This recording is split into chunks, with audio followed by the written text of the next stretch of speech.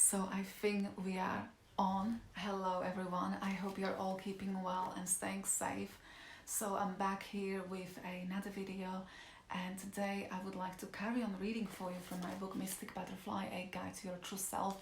And yesterday I read you from chapter 1, Shadow on My Soul. I read the first part, so today we're gonna carry on and I'll read you the second part. And if you have missed the video yesterday, you can find it on my Instagram, on IGTV, and also on my YouTube channel, which is Mystic Butterfly. So here we go. The second part of chapter 1 is called Magical Shift. The most painful part of this process I have described began to come to an end when I accepted my feelings. I learned to stop fighting myself and simply accept that the way I was feeling was the right way to feel at that moment in time. I didn't need to look into the future or worry about it. If I still felt the same pain the next day or the next year, it wouldn't matter. I could accept that the difficult feelings I was having were part of me. As they were part of me, I needed to cooperate with them, not fight them. If I fought, I would be fighting part of myself. I was scared, I was anxious, I was struggling to sleep. But as I began the process of acceptance, these things started to change. Moments of happiness broke through the worry and fear. Moments became hours and hours became days. I remember so clearly the day when I could say, today was a great day. After daily struggle and anxiety, I finally felt I could see my path in front of me clearer and clearer every day. I had a journey to take, and the journey started making more sense. Like any good traveler, I set about preparing for my journey. At first, it wasn't easy, but as I continued, the journey started making more sense. The teachers I needed crossed my path, the books I needed to read came to me, those who would have held me back were led away from me. At times this was a difficult process. Not all those people who I loved and respected were willing to share my journey with me. Some thought I was mad, some thought I was strange. Others were simply scared of the change they could see me going through. Many of them left my life without explanation. While this was painful, it is understandable. I was changing, and just as they were not the people I thought they were, so I was not the person they thought I was. Our energies no longer matched. They were not ready to walk the same path as I was. I forgave them and moved on. This was best for all of us, as it meant that they were free to choose the path they felt most comfortable with, and I was able to be fully open to meeting new people. Among those people were some of the world's best spiritual teachers. With their guidance, I felt liberated and no longer alone. I was able to focus on what I needed to do to become spiritually well. I spent time every day in moments of stillness and reconnection with my true self. These moments allowed me to discover my life's purpose. I knew at last why I had been set the challenges I have overcome, why I had experienced so many dark years. I understood that I had a responsibility to share what I had learned. My journey had given me an insight, and I knew I could help people learn who they really are, just as I had learned.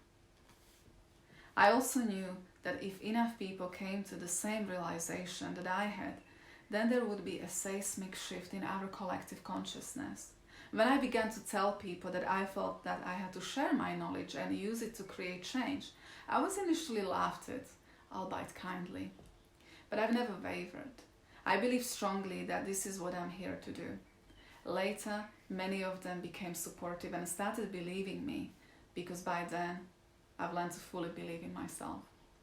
In the pages that follow, I'll share my knowledge with you, in the hope that you will be able to connect with and look after your soul as I have learned to do with mine.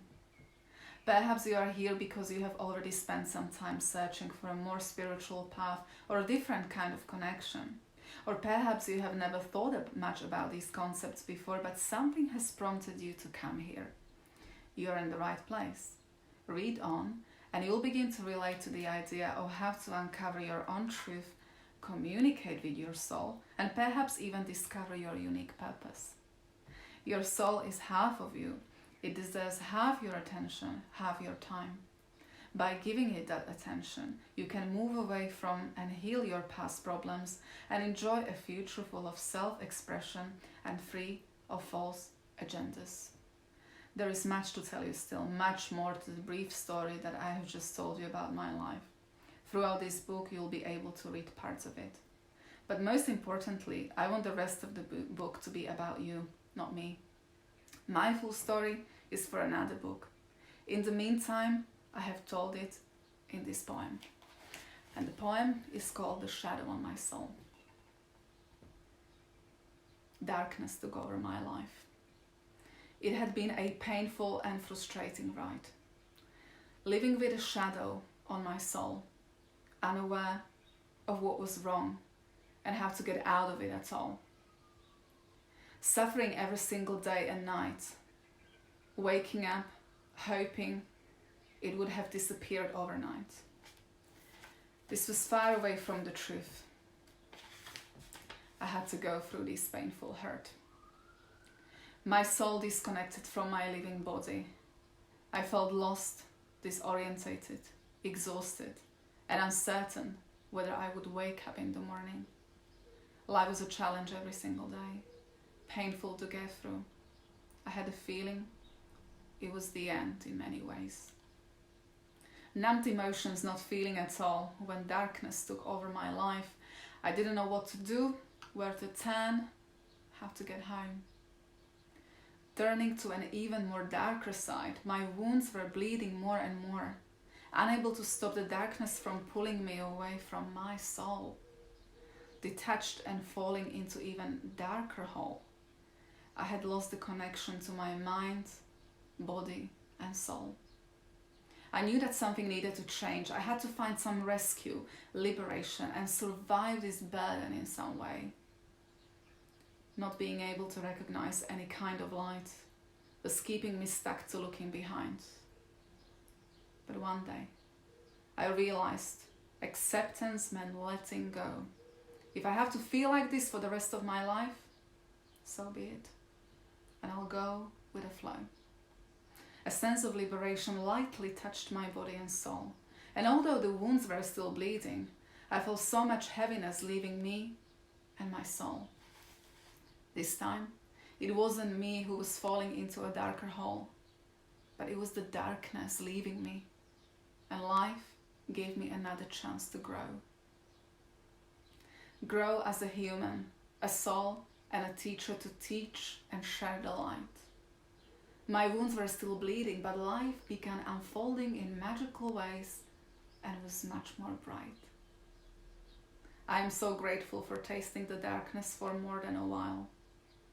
It led me home and made me realize my true purpose and what this life is about. So that's chapter 1, Shadow on My Soul. I hope you enjoyed it.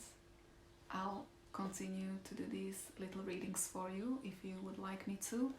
And if you have any questions, comments, please do let me know in the comments below, or any suggestions for future video topics. And on that note, take care and look after yourselves. Have a wonderful evening.